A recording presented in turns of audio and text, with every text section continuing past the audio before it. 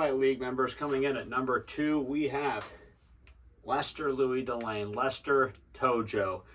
Is it harsh of me to compare Lester to a Japanese war criminal? I would argue no. Yes, he deserves to die, and I hope he burns in hell.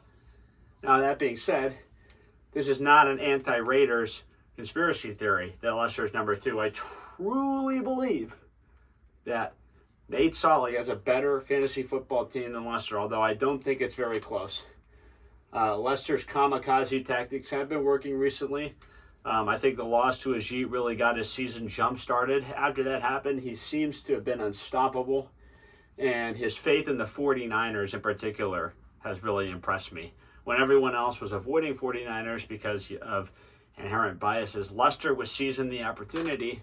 Frankly, I should have done that in hindsight, and he now has an excellent team full of great 49ers instead of lousy Seahawks on his team.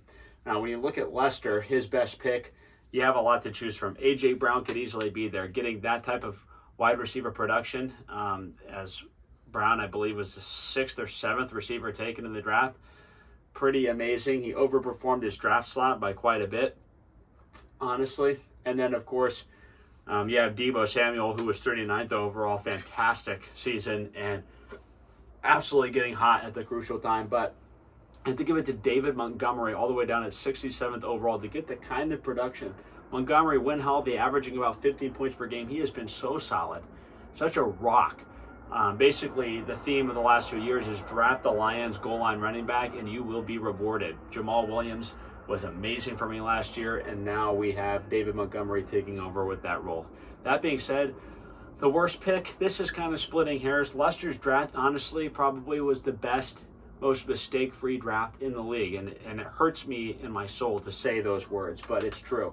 His worst pick, honestly, it was between Michael Thomas and Daniel Jones, but I'm going to give it to Daniel Jones. Daniel Jones, as your number 1 quarterback, you just can't have Daniel Jones be your number 1 quarterback. It was 123rd overall. Again, we're splitting hairs, but Daniel Jones basically had one of the worst seasons I've ever seen and then got injured, so cannot give him any credit for that.